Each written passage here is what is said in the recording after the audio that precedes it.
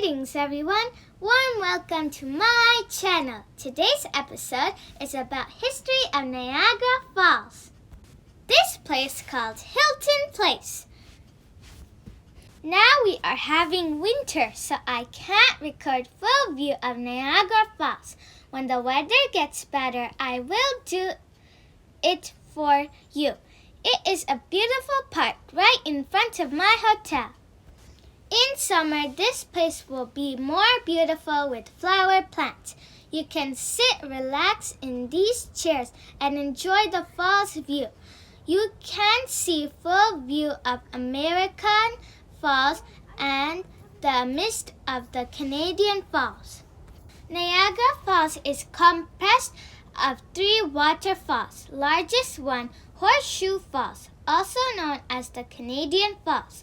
Other 2 falls owned by America, called American Falls and Bridal Veil Falls.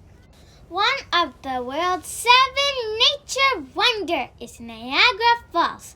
Let's look at its history. Normally, rivers form in mountain by melting snow and ice, or rainwater flows downhill. But this place doesn't have any mountains. Ontario's landscape is composed of a flat plateau and low, rounded hill. So how this big fall happened here? Niagara Falls was formed starting more than 12,000 years ago at the end of the Ice Age, when large torrents of water were released from the melting ice, draining into the Niagara River. About 12 years ago, approximately 97% of Canada was covered by ice. It may seem hard to believe, isn't it? Ice Age people don't have big factories, vehicles, etc. like nowadays to make global warming. Also, the scientists say the sun's heat was lower than now. For these reasons, southern Ontario was covered by ice sheets 2 to 3 kilometers thick. Scientists have predicted Canadian Ice Age temperature was around 46 degrees Fahrenheit, 7.8 degrees Celsius on average. However, the polar regions were far colder, around 25 degrees Fahrenheit, 14 degrees Celsius colder than the Canadian average. Humans lived in this time called Homo sapiens. All people living today evolved from Homo sapiens. Scientists say Homo sapiens' body structure can handle extreme cold, not that much trees in those days.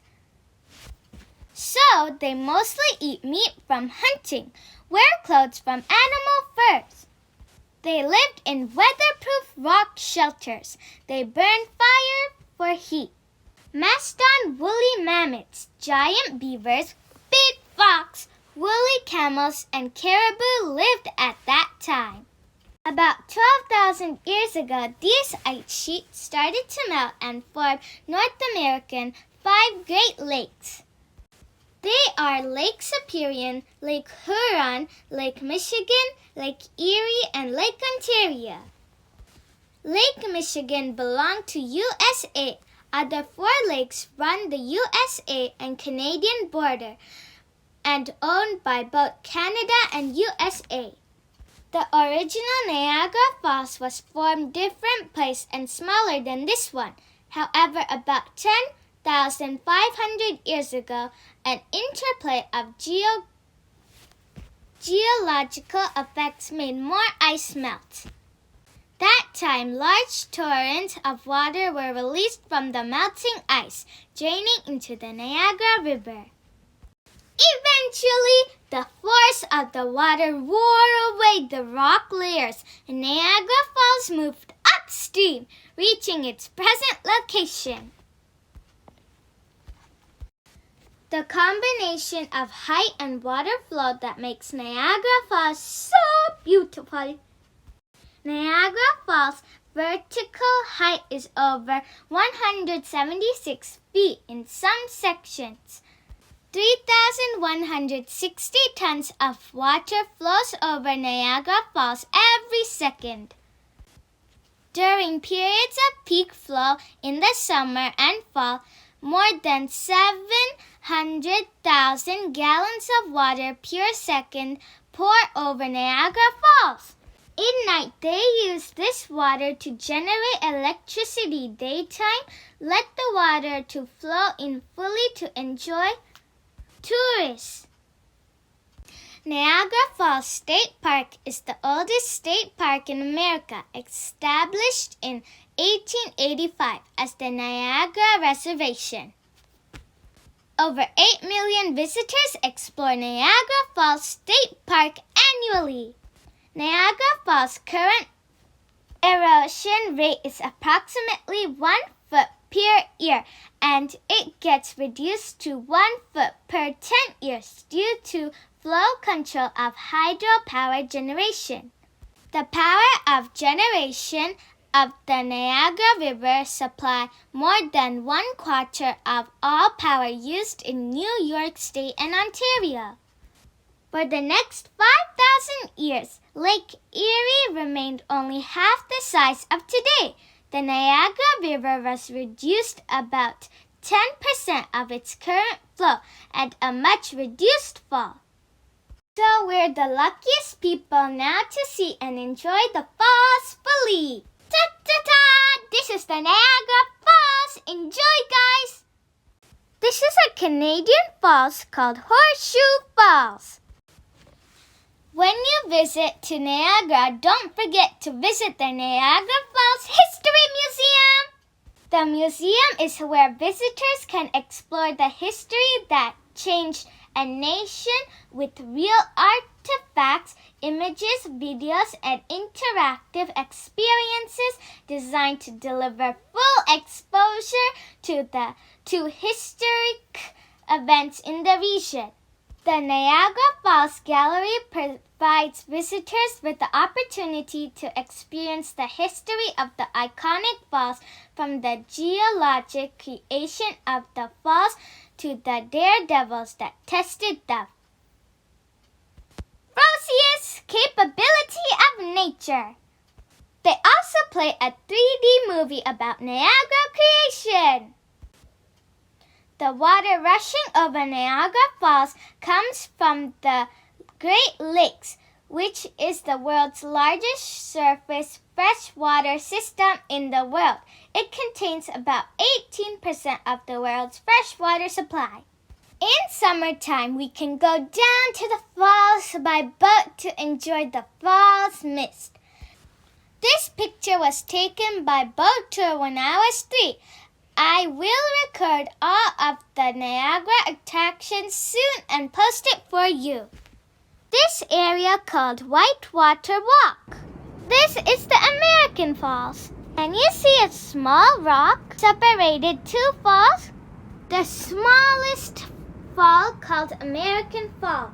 Big falls called Bridal Veil Falls. This bridge called Rainbow Bridge, which connecting Canada and America. Walking on this bridge is prohibited due to old ice bridge, broken on February 4th, 1912. 3 people died in this incident. Many tourists enjoy on ice bridge before this tragic incident. In Canada, most of the falls flow stop during winter due to water freeze. However, flow of Niagara Falls has been stopped due to a freeze up a few times. That only stopped American Falls, not Canadian Horseshoe Falls. It never freezes due to the speed of its water flow. Also, American Falls stopped on June 1969 due to massive rock pile started to grow in American Falls and threatening the beauty of the falls. All water in this fall temporarily turned to Canadian Falls. More than 1,200 trucks dumped nearly 28,000 tons of rocky fill into a comfort dam upstream of the falls. Look at the Canadian geese flying. It's so beautiful. In November 1969, the comfort dam was slowly removed and the American Falls roared once more. Less than 1% of water in the Great Lakes is renewable, while the rest comes from the last ice age. It's also known as fossil water.